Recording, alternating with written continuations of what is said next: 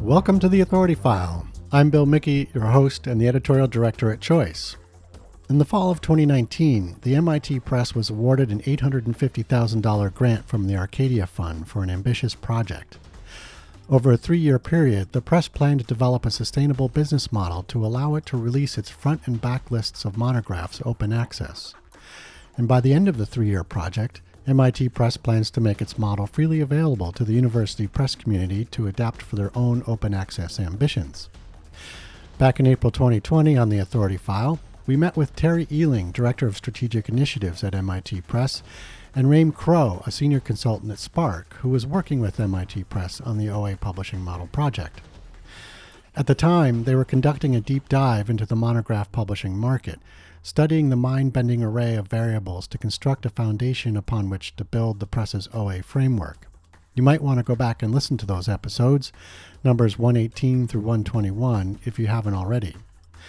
Fast forward a year, and MIT Press has landed on a collective action pricing model called Direct to Open that they're about ready to roll out for their catalog. If successful, MIT Press will open all of its monographs, about 90 titles per year, starting in 2022 across its STEAM, Humanities, and Social Sciences categories.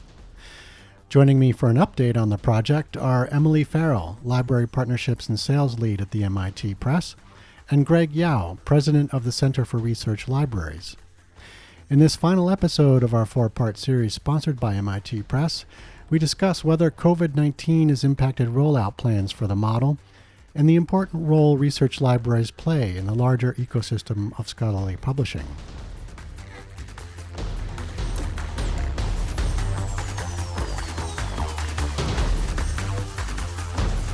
Emily, if you could talk about just the impact, if at all, COVID has had on your planning for rolling the model out, in terms of, obviously a lot of library budgets now are impacted by this, and what's gone into your thinking in terms of the model itself and its debut. So we hadn't entirely planned on launching a model during a pandemic, but it can't help but influence the conversations that we have about the model. Mm-hmm. At the same time, I think there are some, both positive and negative pressures here where budgets are obviously being cut, and that's concerning, especially because, you would expect to see, experiments perhaps be the first thing on the chopping board. On the other hand, there is a clear need for digital resources, and that need is continuing to rise. Yeah. And though books have been under different sorts of pressures, and researchers, I think, with monographs certainly approach the digital copy in a different way, and there has been something of a continued need, I would say, for the print copy and the digital copy, because researchers do different things with each form. Most libraries haven't been able to acquire both forms ever. So that's always had to be a choice. Will we likely see a drop in print purchasing? I would say that's for sure. Does this model then come in at what is probably an opportune moment where the pricing actually these fees should be lower than libraries are currently paying to acquire MIT Press content digitally, will fill the demand in a greater way because supporting libraries will have comprehensive access to all of this scholarly content. We'll only know once we see the commitments, but I think that it's not a bad time to be doing it. I think there is an opportunity in this crisis that really pushes the conversation. I think researchers have had to go digital for monographs in a way that they have been more hesitant to do in the past, and or at least have been perhaps more hesitant to report that they do. But so I think that there's an opportunity. I'm not scared yet, if that's helpful. That's good. Excellent. Greg, anything to add from your perspective on what we discussed just now? Sure. So we're all we've all been navigating this global pandemic and navigating this space where we're all dealing with a true and earnest crisis. And as I've taken stock of this crisis and navigated over the last 9 to 10 months, it's really helped me think about crisis in new ways. I mentioned that my background is I'm a librarian and I'm a historian. And I'm 20 years into my career. And when I reflect on this concept of crisis, I realize that I haven't known a moment of my professional life as an historian that wasn't in the context of the crisis of the humanities. And in libraries, it's been the serials crisis or the scholcom crisis. And when I think about crisis now, a real crisis, I'm thinking that crises have beginnings and ends. COVID-19 will have a beginning and an end. But when I look at the crisis in the humanities and I look at the crisis in scholcom, I'm thinking those are not looking like crisis as much as they're looking like condition. There's something going on there where the institutions need to change.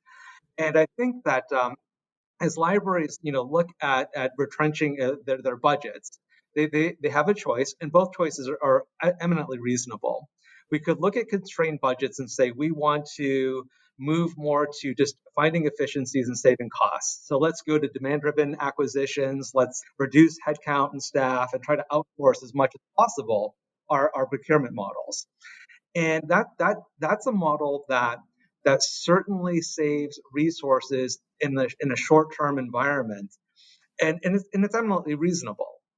I think it's the wrong choice because I think that the moment ahead of us is to actually say, what's the mission of research libraries and a larger constellation of players dedicated to academic knowledge production, university presses, faculty, scholarly societies, and how can the crises being faced by faculty or scholarly societies, crisis in the humanities, or the crisis being felt in publishing by our colleagues, on campus at the university press or in libraries, how do those individual perceived crises really mean there's a condition that we need to remake our institutions?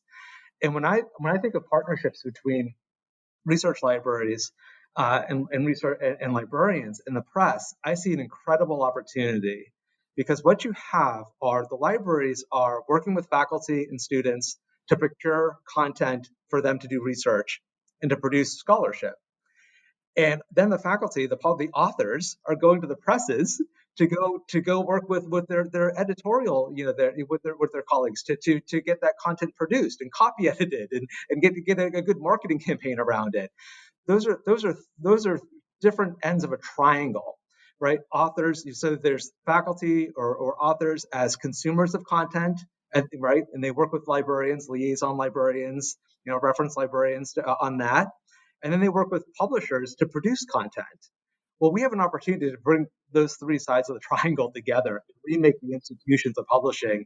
And so I think that's the real opportunity, and that's the conversation we're trying to change.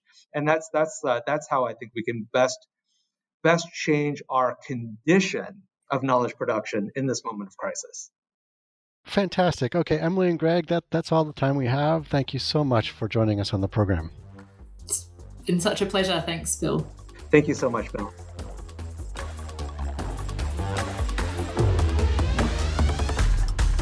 You just heard from Emily Farrell, Library Partnerships and Sales Lead at the MIT Press, and Greg Yao, President of the Center for Research Libraries. This 4-part series is brought to you by the MIT Press. If you like what you hear, rate us or give us a review on your podcast platform of choice.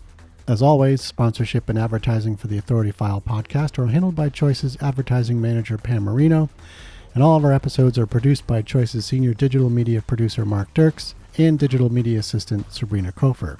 That's all for this week. Thanks for joining us.